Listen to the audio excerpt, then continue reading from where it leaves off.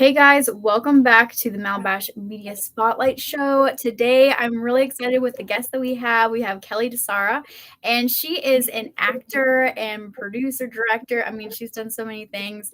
I'm just really excited to have her here, and she just got such a cool personality. So, welcome, Kelly. Thank you so much. Thank you. I'm so excited to do this show. Thanks for letting me be a part of what you're doing.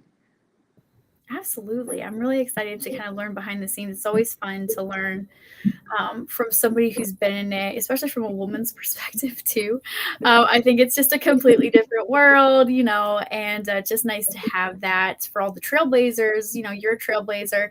For all those people out there that are looking at coming up and getting into the media world, it's always nice for them to be able to learn from somebody that, they can relate to really well. So I think that's just a really, I'm thankful that you're here. So much.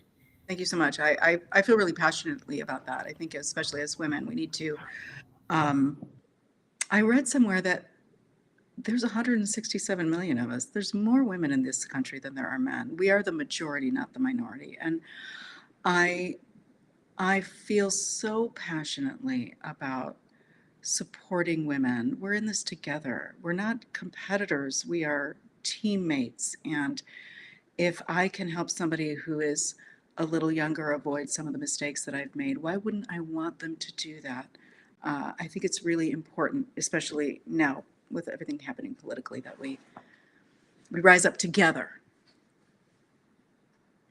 I agree with that 100%. I think that's just something that, it's a new time to push the boundaries, of what we've been told we should be, whether it's been right or not, and kind of move forward in a positive direction, creating a better life for those that are behind us, and those that are coming up behind us and our kids and things. And so I really appreciate you saying that because, yeah, women actually are the majority of the world. Shocker. Yeah. Shocker.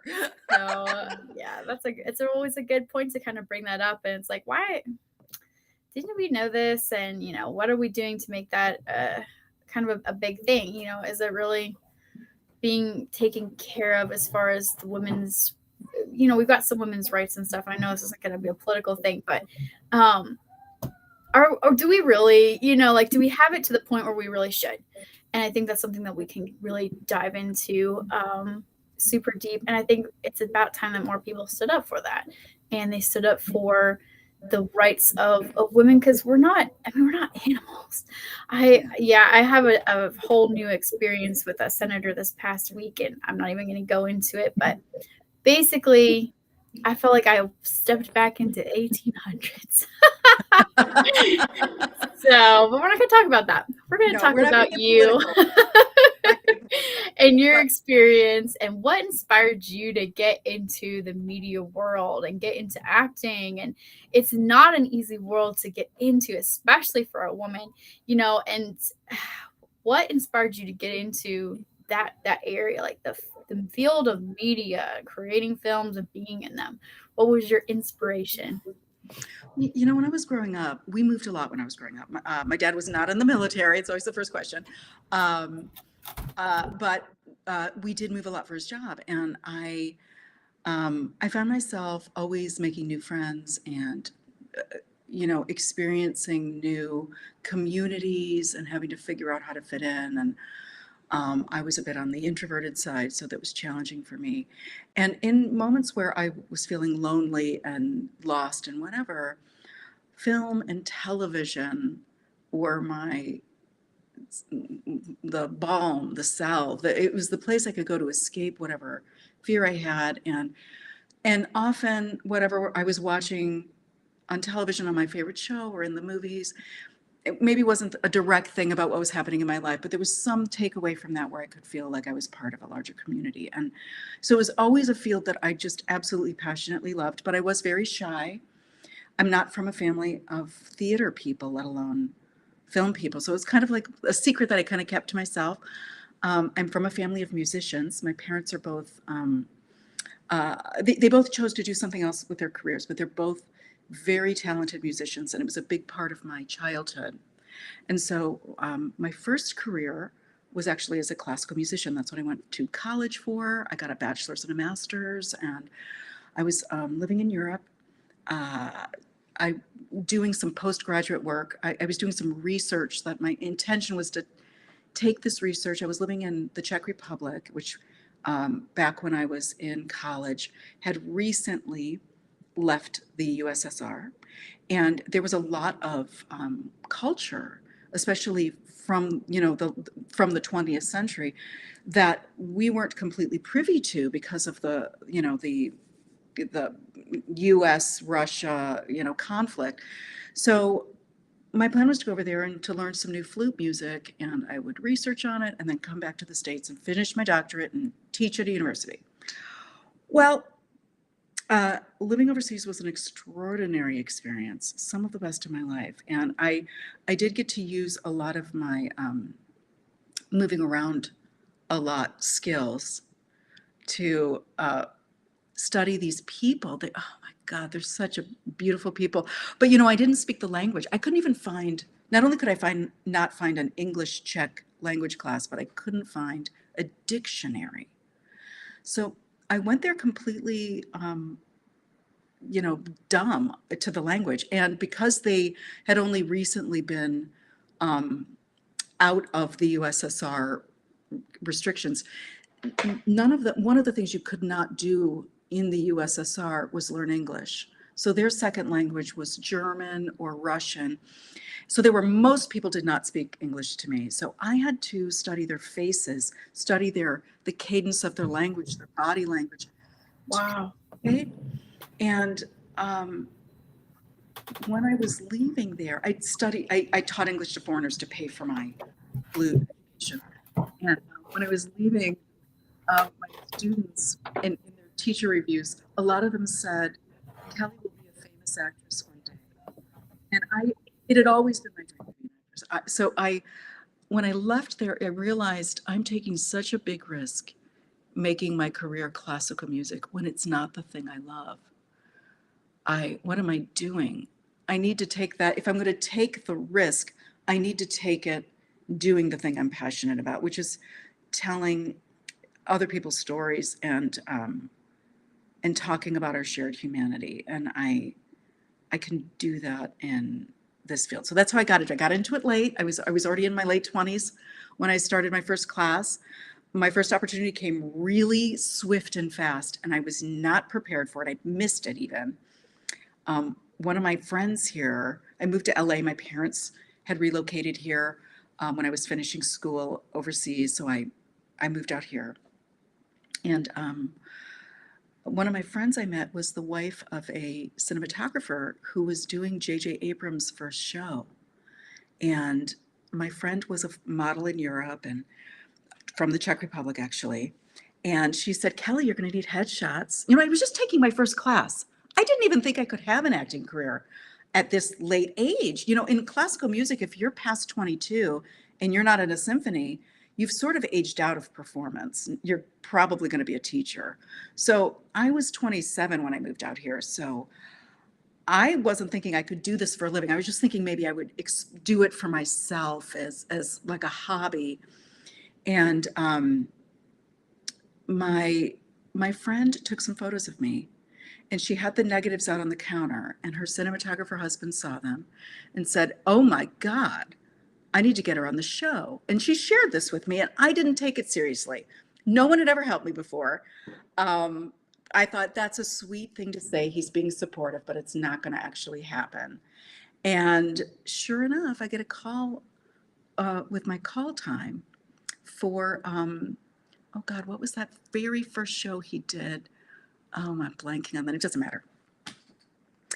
But I had just started a new job and I needed to give them 3 days notice. I didn't even know what a call time was. I wasn't even catching that I had booked a gig.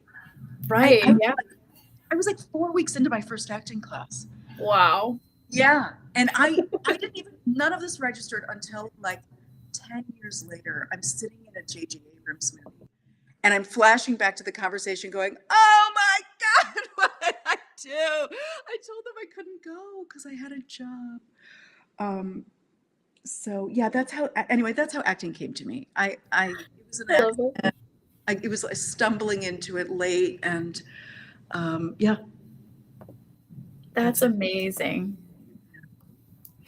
And you know what? If you don't know the terminology, you don't know what a call time is, you don't know, it's a whole new world. It's learning a language that's different. Like you said, like when you were overseas and you were picking up a body language and stuff, like because you didn't, there wasn't a way to necessarily learn that language in, at that time.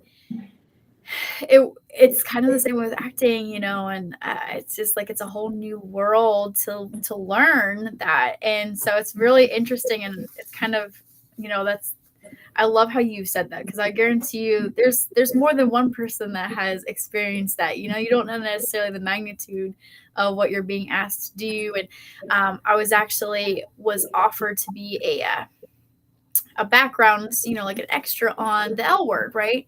And I was gonna do it, and I actually had somebody who was there was a situation with that, but anyways, told me not to do it, and instead of standing up for myself and being like, I'm gonna do this, I didn't do it, and now I just kick myself. I'm just like, oh my gosh, it would have been so like great to actually have just been a background person. You never know who you're gonna meet, and that is a big TV show now. It's like, oh my gosh, So yeah, I totally Yeah, we all understand have that. those moments that we miss on our Yeah, journey to discovery. But yeah, yeah, for sure. Oh, yeah, we're getting some Maccabee Griffin. How supportive. Thank you for bringing that up. Mae West was yes. one when Thank she you, was Mac. discovered. Um, yeah, um, stories are really what inspire me. I love. I read this amazing quote uh, years ago, and I swear to God it was a Wayne Dyer quote. But for the life of me, I cannot find the book I read it in. I can't find. I've even Googled the quote and can't find it. But this was life changing for me.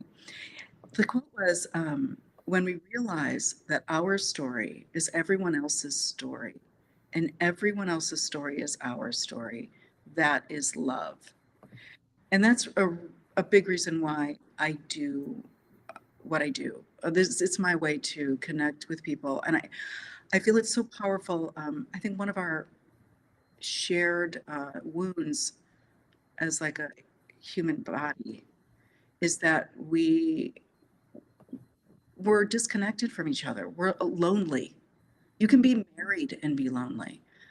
You don't feel seen. You're going through something that makes you ashamed, and you yeah, think you're the only one who has that particular story. And so you do things to disconnect from the shame. You drink too much, or you isolate, and I find that for myself, if used correctly, that film and television can be a tool for healing. And that's one of my mission statements. That's why I do this. Um, it's happened to me. I've had trauma in my past, and I remember watching um, a film. It had Denzel Washington in it, and the male lead was he was sharing a a traumatic event from his childhood.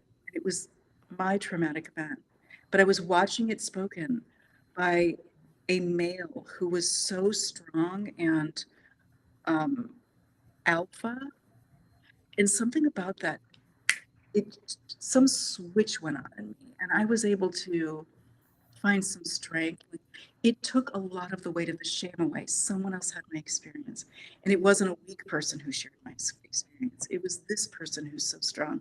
I just think that we can realize that we're in this together. That thing that you might be struggling with that feels like it's only you.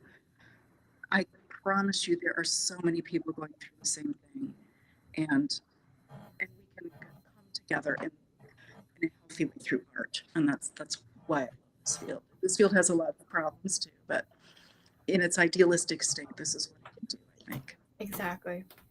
I love that, Kelly. I appreciate you sharing that for sure. Yeah. And I feel like that goes into tie into like the mission behind, what you like to share in your acting, and you've been a director as well. And, what is tell us a little bit more about, go into this a little bit more about your mission and your passion behind it. I know you're touching on it a little bit, but continue to share with us about that. People are fascinating. I think that, we see on the big screen these beautiful people, and they're sharing these stories that are larger than life. And, you're sitting somewhere in your house with your kids in the middle of the country. And I, I think that what we don't realize is that we're all the same. And your story, the person who hasn't left their hometown, you have stories to tell me that I would just love to hear from you. Your life is a fascinating mosaic of stories that matter. And I think that's part of why we're so disconnected and disjointed right now as a population. We're buying into this idea that there are them and there are us. And we're not realizing that, no, we are us. We are us. We are so similar. I might not have had your exact experiences, but I've had experiences that have made me feel this exact way. And, one of my dearest friends and mentors, she's no longer with us, unfortunately, but she was a great comedian and a really brilliant teacher. Her name was Suzanne Wong. And she had this phrase she would say that is another one of my mission statements. I'm gonna totally butcher this phrase. I hope I get it. I hope I can pass it on to everybody so that you guys all understand what I'm trying to say. But she said once in class that she had this realization that the opposite of war is not peace. If war is destruction, then the opposite of war is creation. Therefore, the opposite of war is art. That's amazing. That's amazing, isn't it? Let it land. It means that could we fix some of these things simply through understanding? We all have a point of view. Everybody's point of view matters. If we take a moment to just connect to each other, listen, have that intimate moment, realize that you're not my enemy. There is a point of misunderstanding between us. Can't we bridge that through what we share? And I feel like that's what art does. Art tells our stories, humanity's stories. We do it in a fantastical way. We do it in a larger than life way sometimes, or a comedic way, or a farcical way. But at the end of the day, that's what we're doing. We're sharing our stories. And, since the beginning of civilization, that's how we've learned as a population and grown and evolved. And it's a difficult life. I think if you decide to go into acting for the fame, there's a big chance that you're going to be disappointed. That's like 1% of the people doing this. Yes, Right. very true. But there's everybody. I don't know. My sister is a doctor, and she heals. That's her work, and I'm so proud of her and what she's accomplished and what she does. But I think we all have those elements in our life where we are the healer. If you're a mother, you're a healer to your children. If you're a teacher, you're a healer to your students. As an actor, I can be a healer emotionally through my art for the audience. I can give you a safe place to land for an hour and a half when you're having a rough day. You can go into that darkened room, eat your raisin nuts and your Diet Coke, have a moment to pause, connect to people that are, whose stories are reflecting your life or whose stories are letting you escape from your life. Have a moment to recharge and then get back to your day. And that's the part of this that I love. I actually love, this was the difference for me between classical music and theater, and why I went into theater. For classical music, I loved performing it. I loved the being sitting in the orchestra surrounded by, is it 88 other people? And our collective sound, and making these dynamics together, and you become like this one voice from these many instruments. And I loved that experience performing it. With acting, I actually love the process of it. Even when I'm not performing, if I'm in a classroom and I'm studying with a teacher, and I'm working on a role I haven't worked on before, and I don't understand this role and it's frustrating me, that means often, for my process anyway, that there is some part of my own personality, my own humanity, that I don't want to deal with, that I don't want to acknowledge is there, that I'm conflicted with in some way. And that means I have to dive into me to find out, why do I have the judgment about this part of myself who's egotistical, or this part of myself that's a victim, or this part of myself that is a mother, or whatever is that thing. I've got to face it and deal with it in order to tell this other person's story. And that's how acting can be a tool for healing. I actually feel like wherever you are in the world, whatever your actual job is, or your life is, or whatever you're doing, take 6 months and join an acting class. It's like exercising. I think it's so healing. Even if you don't think like you have any talent, it is a coming together of people. It is so much fun.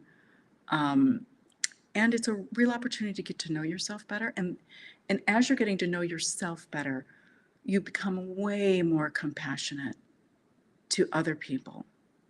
You might not always understand other people, but I think you start, it works that muscle, the empathy muscle. You just start pausing a little bit so you can hear what the other person is having to say, to try to understand it instead of just attack it. Anyway, I am on my soapbox.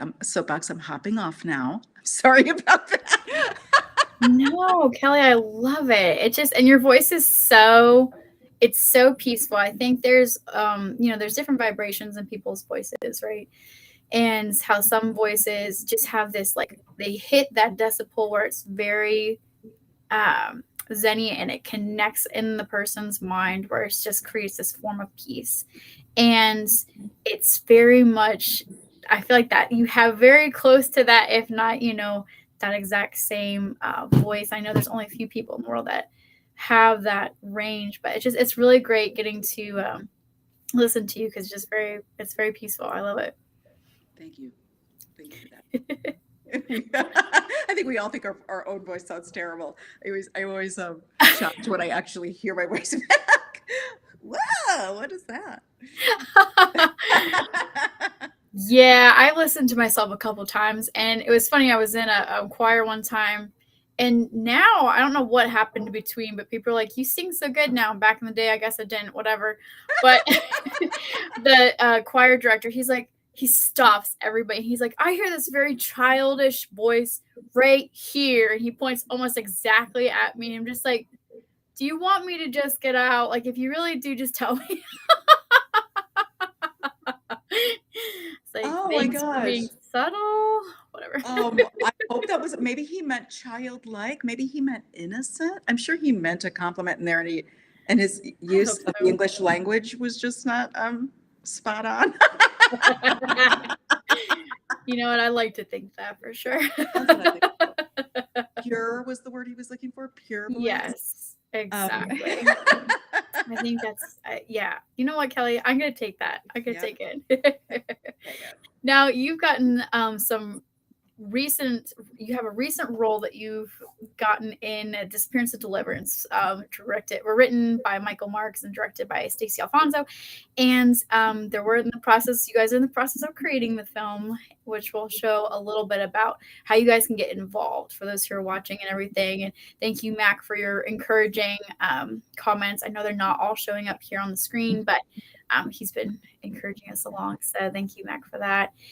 And let's talk a little bit about your role in this, because I'm really excited about this. When I first saw your auditioned for this, I was just like, wow, this is amazing. And I have it. I don't know if you want me to show it right now or not. It's totally up to you. But I can pop it up here on the screen, or you guys can find it online, Disappearance of Deliverance. But it's absolutely stunning. She is the villain in this series, which is so different. And I'm so here for it. I'm like, yes, I'm here for this. So tell us about this, Kelly. Like, this is a really cool role for you. I'm really excited about this project, and Michael has been spearheading this for a few years now, and I'm so also inspired by his passion and commitment. You know, indie film is made by a lot of very passionate people who create these projects over years and years because they don't have the studio funding.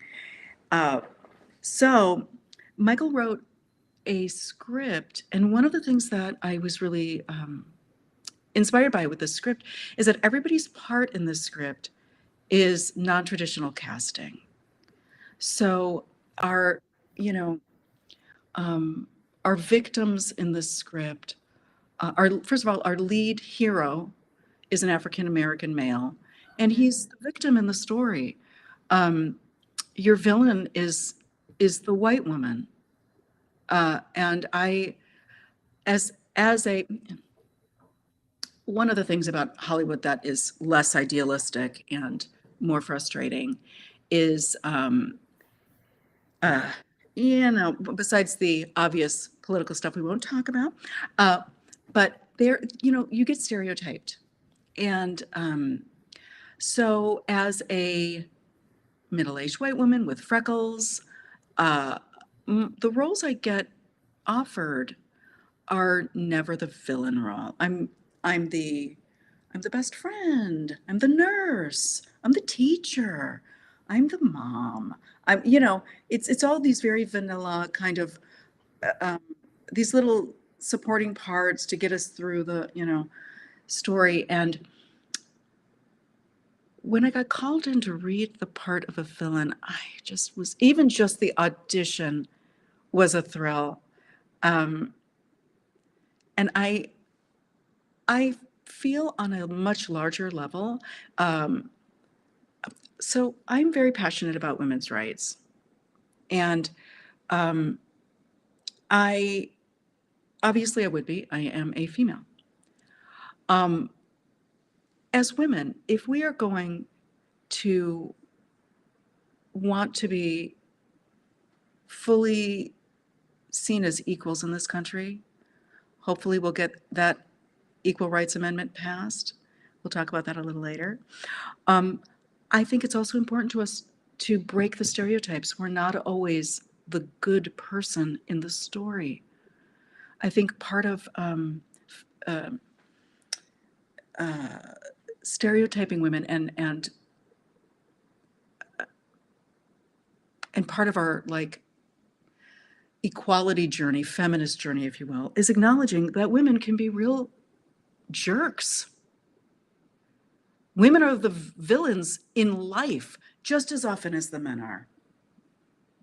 If we want to talk about child abuse, for example, there are just as many children out there that are beaten by their mothers as they are beaten by their fathers, or violated by their mothers as violated by their fathers. And I think we don't acknowledge this as a society. I'm very aware of some of the things that hold me back as a female in this world are also some of my superpowers. For example, if I walk into a convenience store and I want to steal a pack of gum, and I pocket that pack of gum, and the store clerk doesn't see the pack of gum go missing, but realizes someone has stolen a pack of gum, I can just walk out the front door because I'm good. I'm a female. I don't do anything violent or bad. That's what men do. And I think changing that narrative is also very important. I mean, women are human. I'm not saying women are bad. Women are usually good, just like people are usually good. But we are having a human experience, not a Madonna experience. And I can't live up to that standard. I can only live up to the human standard. So telling stories like this, where we actually get to see a woman villain, I think it's important. Also, I think it's important. There people out there that have been abused by a female, and they don't have their story shown, so they can't have that experience of feeling like there are other people in their same situation. Are they alone with that trauma somewhere? Um, not talking about it, not sharing it. They need to see it. So uh, for myself, it's exciting because those roles are just more fun to play. They're just more fun. So I'm really excited about that. I play the role of Samantha. Samantha is a kidnapper. She's unable to have children, and she is in midlife, and the chance of that is starting to wane. And she decides to take matters into her own hands and get her some kids. And there's a lady at work that she doesn't respect too much, she feels like she's not appreciating the life she has anyway. So she's going to just take those kids and live happily ever after. And then, chaos ensues. But yeah, that's the role I play. And it's going to be a really fun movie. And like I said, that it's really interesting casting. Everybody in the cast is playing a part that they stereotypically wouldn't necessarily get to play in traditional Hollywood. So I think that's also really important to support films like that, that represent more of a diverse populace. And yeah. I definitely agree with that, and I appreciate you kind of bringing all that into to play, because there's so many stereotypes out there, and I love how this film kind of cuts that. It cuts a lot of the stereotypes and creates a little bit more cohesion, because you're gonna have stereotypes because you continually perpetuate stereotypes. You don't get rid of them by not, like you don't get rid of something by continuously bringing it up and always making it a big deal and not actually doing something about it.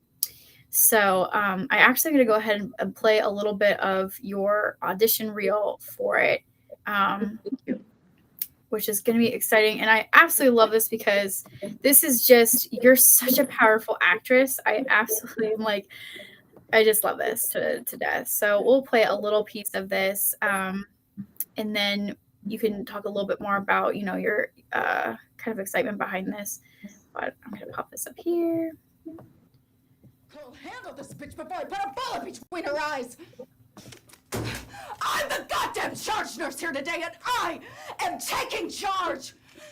I'll be kicking asses and taking names, and if anyone tries to cross me, they will feel my wrath. Thank you very much. Okay, miss,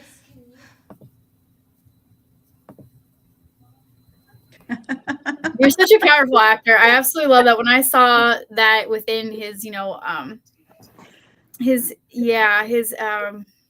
his reel that he did to help raise funds for the film, I was just like, oh my gosh, I have to meet this person. Like, this person's amazing. You are just so talented, and I just love it. I mean, that's a whole new level of acting, and you're there, you're in it, like you could feel it, and it just I was blown away. I was just so excited about it. So yeah, wanted to share that. Max said something that I think is so true. Villains are the best to play. It's called free therapy. Now that I'm like seeing the audition again, I remember when I was prepping for it. Sometimes I think as people, we don't get to express our anger. Like, somebody cuts you off in traffic, and maybe if you're alone in the car, you get to, have your hissy fit. But in life, we have to always be very civilized and polite. And I think it's very therapeutic to be able to play, somebody who isn't confined to the boundaries that the rest of us are. I get to like vent my pent up rage. Very fun. Oh, thank you so much, Mac. That's so sweet. Thank you. Yeah, it's a whole new level of acting and everything. I love it. You bring a really amazing point to it. And I think one thing that my sister and I, well, actually a bunch of us had noticed, we had been doing some research, and a lot of amazing actresses, especially ones that can sing, had multiple screen credits and stuff, but didn't get credit for everything that they did. And a lot of people don't. But they didn't get credit for like really big films that they were major parts in, and they didn't get awards and things like that. And then I was doing some research and saw like somebody that did more risque films, and a girl, and there's nothing wrong with that. But you could see like all of the awards that this person got and all this, and you just like, what the audience was. And it's just like, that's kind of sad, like these so many talented, amazing actors, you're one of them. And are you guys getting recognized for, just because you're women too, are you getting recognized for, and this can go for all minorities, majorities as well, are you guys getting recognized for what you're doing, or is it just, the typical stereotype? So I really appreciate the fact that this film breaks a lot of those stereotypes. So if you guys want to get involved in the disappearance of Deliverance, you can go to the GoFundMe page. Michael Marks is, yes, we want to get this film produced. Yeah. Michael Marks is the writer behind it, and he's just an adorable human being. And Stacy's absolutely amazing. She's quite the director. So definitely, guys, see what you can do to help get this off the ground. And Samantha, not your counterpart, but you have a crime helper, and his name is Glenn. Glenn Ratcliffe is your Yeah, he plays Cole, my yes. hubby, my partner in crime. Partner in crime. Thank you. I couldn't think of the word at the time. Yeah. Your partner in crime is Glenn, and I'm such a power duo there. So that's really awesome, guys. Definitely check out and see if we can get that supported and growing to a film. And then let's continue to, go into a little bit more about, you, Kelly, and some of your career things, and, what are some things that you have found that you didn't expect in acting or in the media world?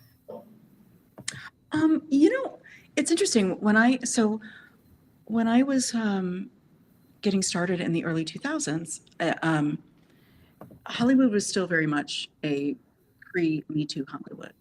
So, very early on, I had some offers. If I would do this for him, he would help start my career. And that part of Hollywood, I was already familiar with existing. I was old enough, because I wasn't 18 when I came out here. I was in my late 20s. I was expecting that. I think what I was not expecting, and I don't know, in fairness, I've only been in this field. I've only been in the arts. So maybe this is true for, I will absolutely let you know, Mac, if we can do some voiceover work, and if I can help you out, absolutely. I have a bunch of other projects I'm working on too. So be sure to, I'll get your information from Ash. I wasn't prepared for, I don't know how to say this delicately. There are narcissists in this field. And I think this is where I've had my pitfalls. Because a narcissist, especially if you're eager and you have like a pure idealistic bent to you, the narcissist will come in at you, and the narcissist could be the film director, could be a fellow actor, could be a casting person, could be a teacher. They're sprinkled out throughout Hollywood. And my warning to those coming up, in addition to, if somebody's telling you sleep with them for a part, you don't need to do that. Let's just say from now on, we're not doing that in Hollywood. You can find another way. There are people out here who will support you and help you out without you having to do anything to compromise your integrity.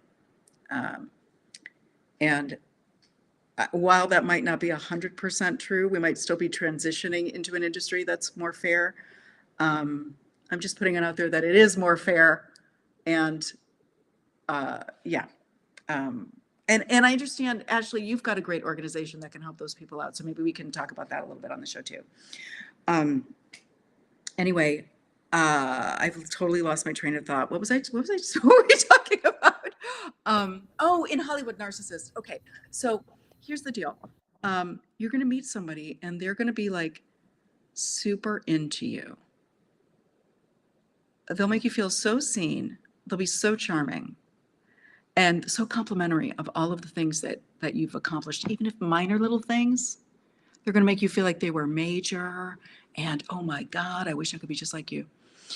And I find that these people are kind of sussing out what they can get from you. And this charm grooming period can last a while. It can last months. But at some point, they're going to start manipulating and maneuvering all of your bright light and your talents and harvesting them for themselves. So I don't, like I said, maybe this amount of narcissists that I've encountered in my life is true for all industries. I've never worked in another industry. I don't know. But I can tell you that in this business, there are a lot of them. Not everybody goes into this field because they love the art form. A lot of people go into this field because they want to be famous. They want to be seen. They're desperate to be seen. They're desperate to be famous. And they can really not just waste your time, but it can be an emotionally traumatizing experience. So that is the pit. That has been the unexpected pitfall in this business for me. Something that was not on my radar. And for the younger folks just starting out or thinking about going into this field, I think the more you can feel confident in your own, I think what made me more susceptible to those people was that I felt the need, I felt like I wasn't good enough yet. But if I worked hard enough and put in my dues, I would eventually be good enough. That idea that I'm not good enough is the thing that hooks in the narcissist to you. So if the more you can just, yeah, we're all at our various phases of development in our art, but you are always enough. There is never anyone that has the magic bullet or the secret ingredient that's going to help you figure it out to land your dreams. This field is a journey. It's a long journey. It takes years and years and years. And you have to be in it for it. I'm not saying it has to. There are people that get discovered overnight. And their career starts instantly. I'm just saying to have confidence in yourself and be aware of the narcissist, because they can get in your way. They're not going to help you. They're just going to get in your way. And you need to just lovingly not accept that gift. I really appreciate you saying that, Kelly, because it's so true. I mean, narcissists is a really good way to put it. And I think this field attracts so many, and I think we get into it and we don't necessarily realize how bad it is, because when you go to a typical job, it's you have your resume, you have your credentials, and that should either be the deciding factor, right? Yeah. And in this job, it's so wishy-washy, black and white. Like, it's not black and white, it's all gray. And you have a whole bunch of demand a whole bunch of supply and such little demand. I don't know what's wrong with me today. And you have those gatekeepers, and they know that if you're not willing to do it, the next person that will be willing to do it will come along, and they can just get whatever. And the whole couch favor thing and everything is just such a huge, it's so immature, it's so crap, and it's really sad of how it's out there, and how I really appreciate you saying that you don't need to do anything like that to actually get seen and heard. And a lot of times, even if you do that, you're putting yourself sometimes into an even more dangerous place, because a lot of times those people may be connected, but that's a really dangerous spot to be in too, because if you don't do, you're their puppet at that point. If you don't do anything that they want after that, they can pretty much destroy you. Or they just manipulate you. I've had friends who have made that decision, and and it doesn't always work out. You know, the person giving you that quid pro quo, would that be considered a quid pro quo? You sleep with me and I give you a career boon. I'm not sure I used that term correctly, but okay, I'm throwing it out there. The person who's the other side of that deal can renege. They can also only give you the shot that's small enough to keep you in their control. There are strings attached, and I just feel like most of the time those strings are too heavy a weight for most people to bear long term. And so it might be a quick fix in the moment, but it's not. No, you're so right. And that's one of the reasons why we created, Malabash, was because we wanted to create a safe place for media professionals to get in a safe way. It's kind of like, you get that even going to school. A lot of college students, they get out and just like, okay, they're fresh, they're ready to go. And that's, probably one of the most dangerous parts, because now they don't know where to go. And then everybody's like, ooh, fresh meat. You're not out here in Hollywood? Okay, so you don't know all the dangers. All right, this is great. I actually knew a producer who would hire specifically outside of Hollywood and whatever, because he could pull things through on people and they wouldn't know, because they weren't in it. And to get, like they weren't there in Hollywood to see that was a common thing that people would try to do. And, most of us like take it at heart, at, face value. Right. And so we're going to be like, oh, yeah, this person's offering this. It seems fine. They look legit on paper. And it's a little bit dangerous. So that's why we created this, to have some connections that people could trust, and, some mentorship and ways to help get into the next level. And I know that you're working right now on a really cool project, equalmeansequal.org. And I'm going to pop that back up here. Tell us a little bit about that, Kelly, before we end for the day. So this is not a project I've worked on. These the two people that started this this movement started as a documentary. Kamala Lopez Dawson and her husband Joel Marshall. She might be Kamala Marshall now. I'm not sure. When I met her, they hadn't gotten married yet. They made this documentary, and they're both actors and brilliantly talented. And Kamala, I can't remember. She shared the story of how it, and I don't want to speak for her, but she ended up learning that women do not have equal rights under the U.S. Constitution, and she didn't think that could be possible. So she started a documentary, and their interviews with judges, female judges, attorneys. She goes into great detail about the status of women's freedom in the United States right now.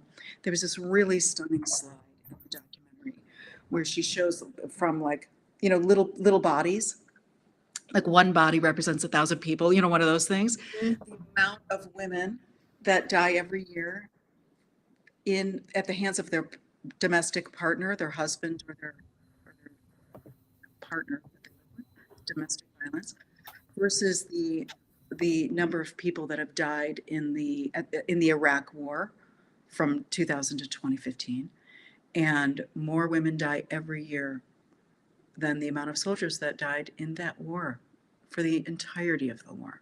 So they go into details about how much a woman makes per dollar versus a man, and then that's broken down racially as well. It's a really informative film. I did not know that I was not represented under the Constitution. So there was this, there was this case where a woman had sued a large department store that she worked for 25 years because they were only promoting men. They were not promoting women. And what she was making after 25 years in was significantly less. She sued them and won.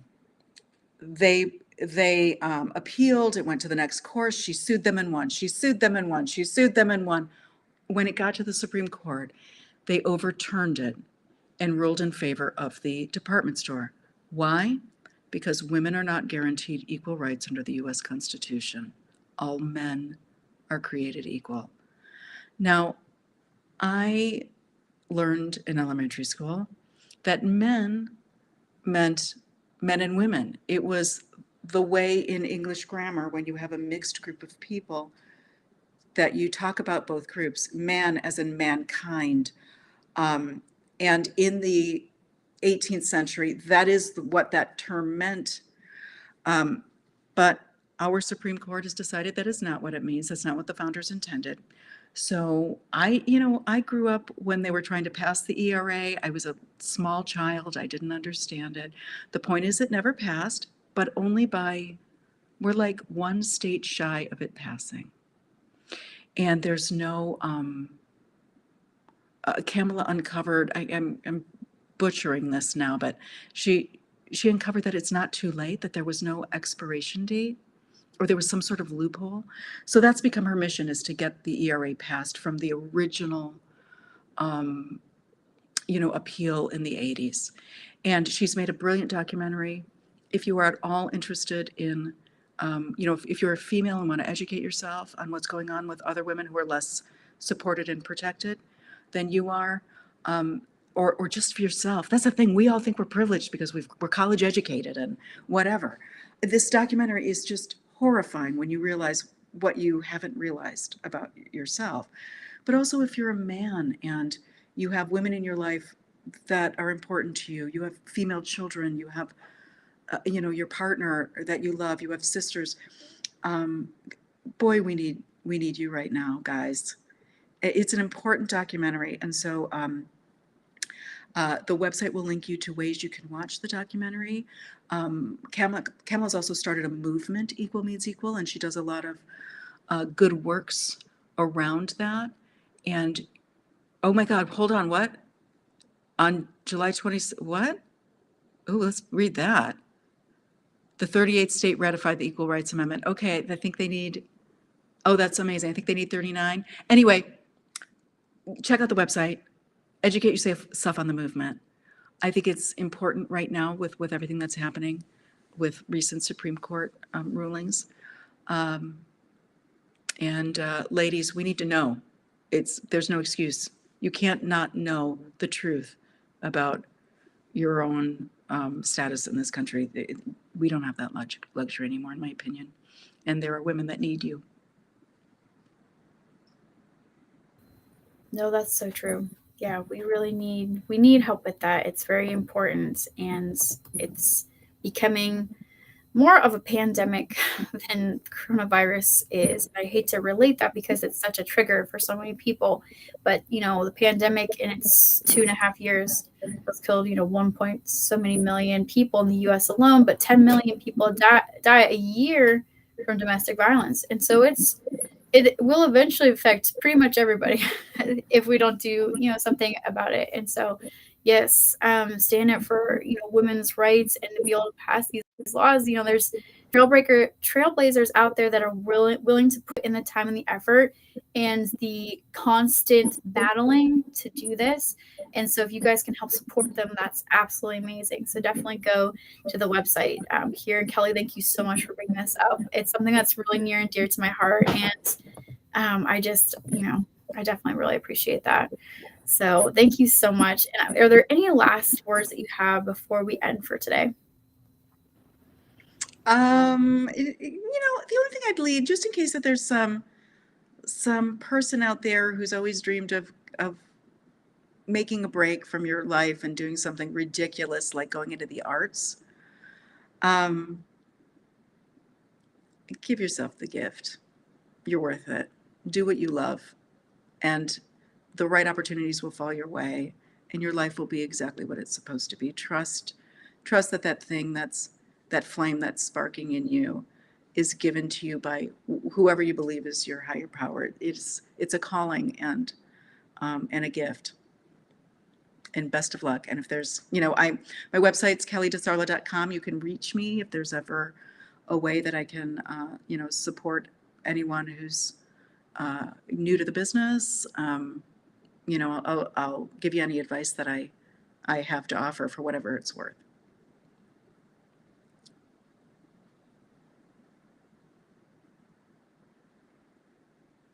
Yeah, guys, definitely go check out Kelly's website. It is a really, inspiring, and she's a fantastic human being, just so sweet, and is, there to be in your corner too. So definitely go check out everything there. Support Disappearance of Deliverance, guys. We really would like to get this film created, and Kelly is a major part in this film, so help support Kelly through this as well. So I just really appreciate, Kelly. Thank you so much for being here, taking the time. I know we went way over today, but it was definitely such a blessing. So I just really appreciate it a lot. Thank you for that. Sorry that I'm so talky. Love all of you. Thank you again, Ash. I appreciate it. Absolutely. And don't be sorry at all. It was so much fun. I love it. And like I said, I love listening to your voice. You should just start a podcast so we can listen to your voice. All right, everybody. Well, take care, and we'll see you back here next time on the Malbash Media Show. Bye, guys. Happy 4th. Happy 4th.